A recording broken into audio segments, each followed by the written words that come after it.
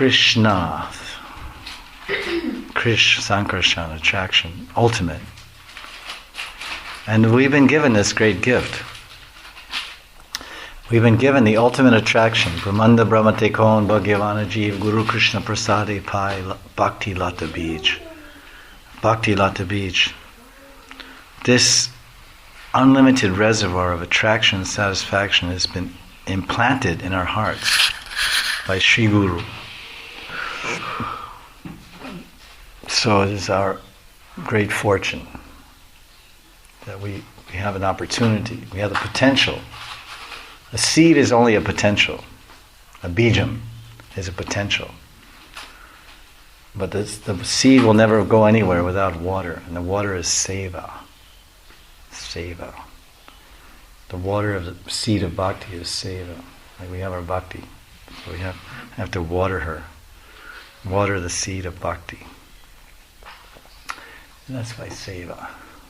And then grows and grows. Hearing and chanting is only seva. People say that the Bhakti Lata Bij it develops just like you put a seed in the ground, and then it's there for eternity, unless it gets the proper combination of heat and light.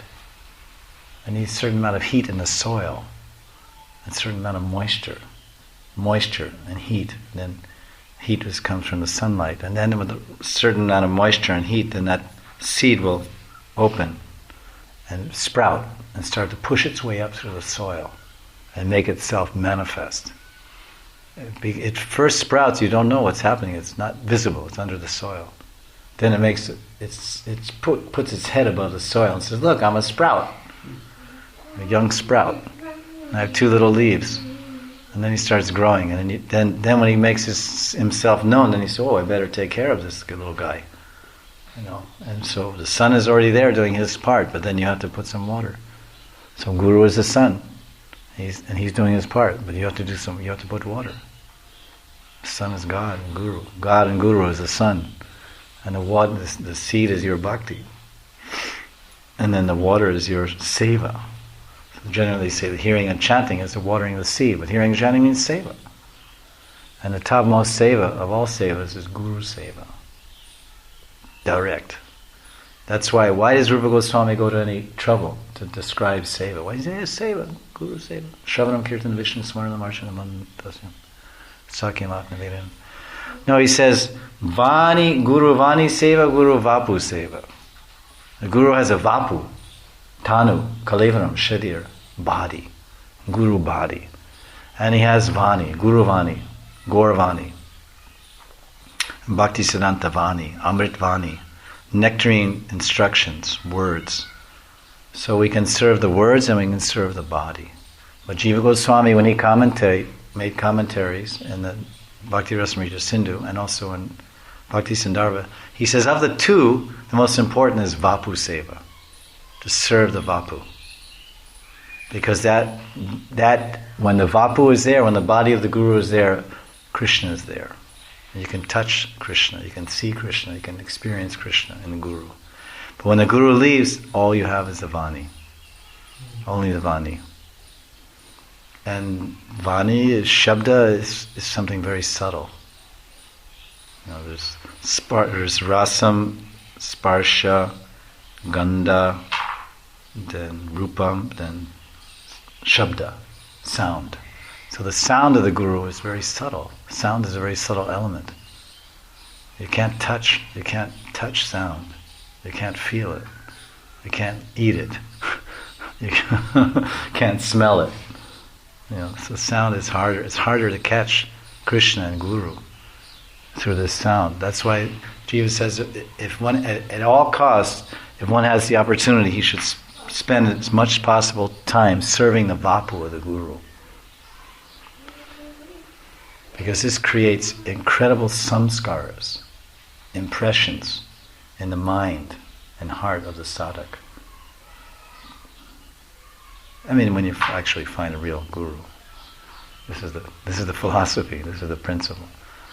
I can still remember, I just seeing, what to speak of serving, I didn't render any personal, you can say, Vapu Seva to my Guru. I didn't massage his feet, I didn't cook for him. But just seeing him, Because many disciples of Prabhupada didn't even see Prabhupada. But we were fortunate to see him, directly see him, and walk twice in the morning walk with other devotees, maybe 40 devotees or 35, maybe 35 devotees in LA.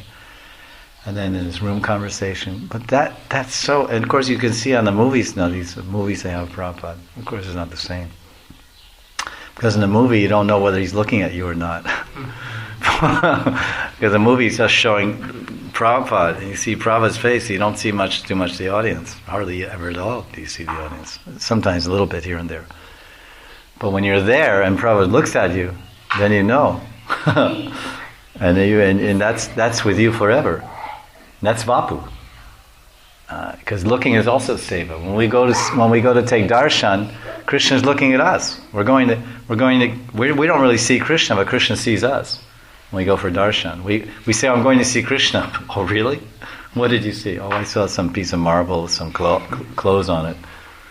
But Krishna sees us with his sudristi or sudarshan, and that's beneficial for us. For him to see us.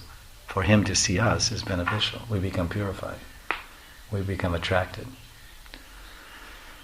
So this is the why Jiva Goswami emphasizes the Vapu.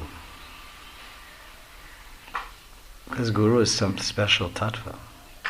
He represents Radharani and Nityananda. And it's hard, it's very rare to see gurus, actually. It's easy to see materialistic people, they're everywhere. They're everywhere. All over the newspapers, all over the television, all over the streets, all in the shops and the businesses, everywhere they're there. And everybody has the same thing on their mind. Maya. Mind and face is only the same, Maya.